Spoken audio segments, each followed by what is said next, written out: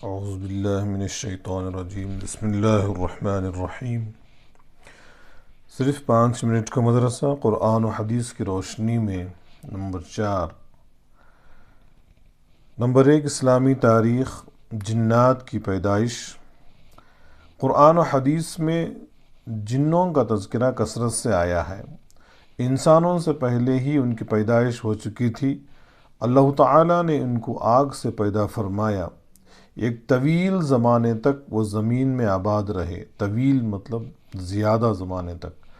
پھر انہوں نے فساد مچانا اور خون بہانا شروع کیا، تو اللہ تعالیٰ نے فرشتوں کے ذریعے انہیں سمندر کے جزیروں اور دور دراز پہاڑوں کی طرف بھگا دیا۔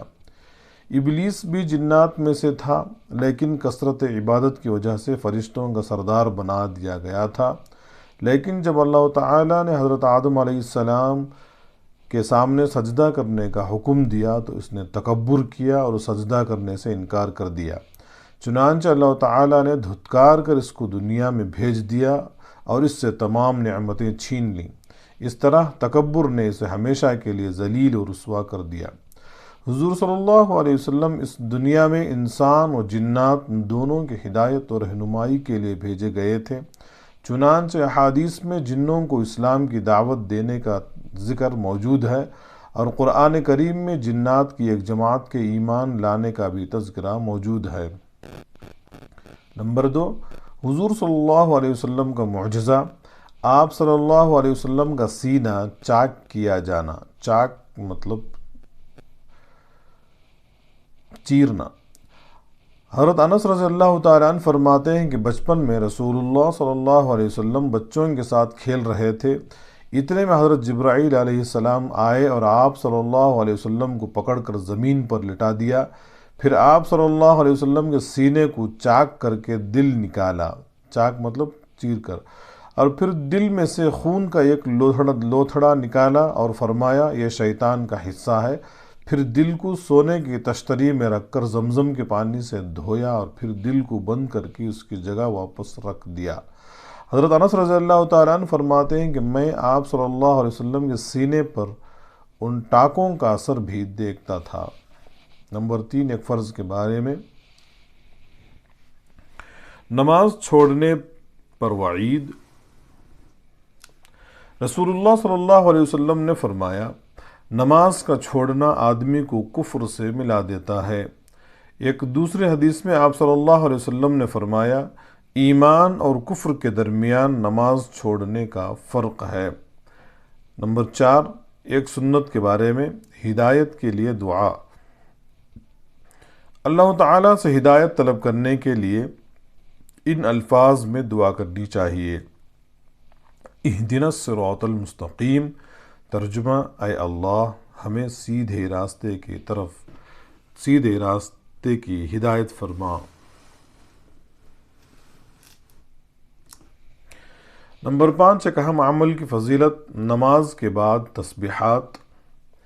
رسول اللہ صلی اللہ علیہ وسلم نے فرمایا، جو شخص ہر نماز کے بعد 30 پر 3 مرتبہ سبحان اللہ، 30 پر 3 مرتبہ الحمدللہ، 30 پر 3 مرتبہ اللہ اکبر، یا 90 پر 9 مرتبہ ہوئے، اور لا الہ الا اللہ وحدہ لا شریک لہ لہ الملک ولہ الحمد وہو علی کل شیء قدیر، یہ مل کر 100 ہوئے، پڑھے گا تو اس کے گناہ معاف ہو جائیں گے، خواہ سمندر کے جھاگ کے برابر ہوں۔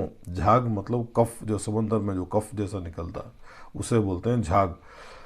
نمبر 6، ایک گناہ کے بارے میں۔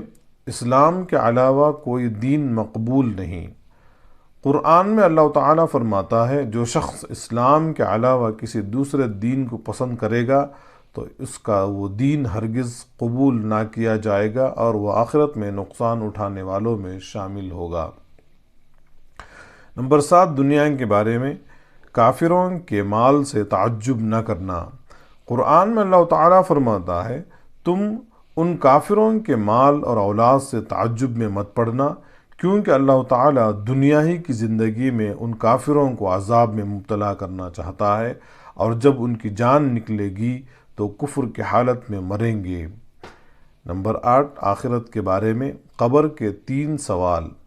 ایک مرتبہ رسول اللہ صلی اللہ علیہ وسلم نے فرمایا، مومن بندہ جب قبر میں پہنچتا ہے تو اس کے پاس دو فرشتے آتے ہیں اور اس کو بٹھاتے ہیں، پھر اس سے پوچھتے ہیں کہ تیرا رب کون ہے؟ وہ کہتا ہے میرا رب اللہ ہے۔ پھر پوچھتے ہیں تیرا دین کیا ہے؟ وہ کہتا ہے میرا دین اسلام ہے۔ پھر پوچھتے ہیں تمہارا نبی کون ہے؟ وہ کہتا ہے محمد رسول اللہ صلی اللہ علیہ وسلم۔ نمبر 9، طب نبوی سے علاج، کھجور سے علاج۔ رسول اللہ صلی اللہ علیہ وسلم نے فرمایا، زچگی کی حالت میں تم اپنی عورتوں کو تر کھجوریں کھلاؤ۔ تر مطلب بھگے کھجور، جو ہمیں پن کھجور جو بولتے ہیں، اور اگر وہ نہ ملے تو سوکھی کھجور کھلاؤ۔ فائدہ، بچے کی پیدائش کے بعد کھجور کھانے سے عورت کے جسم کا فاسد خون نکل جاتا ہے، یعنی غلیظ خون نکل جاتا ہے اور بدن کی کمزوری ختم ہو جاتی ہے۔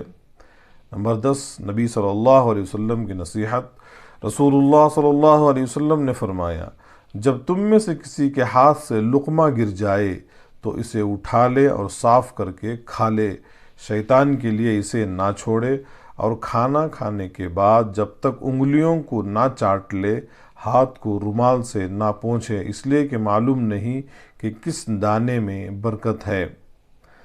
دعا ہے کہ اللہ تعالیٰ ہمیں کہنے سننے سے زیادہ عمل کی توفیق نصیب فرمائے۔ وآخر دعوانا الحمدللہ رب العالمین۔ السلام علیکم ورحمۃ اللہ وبرکاتہ۔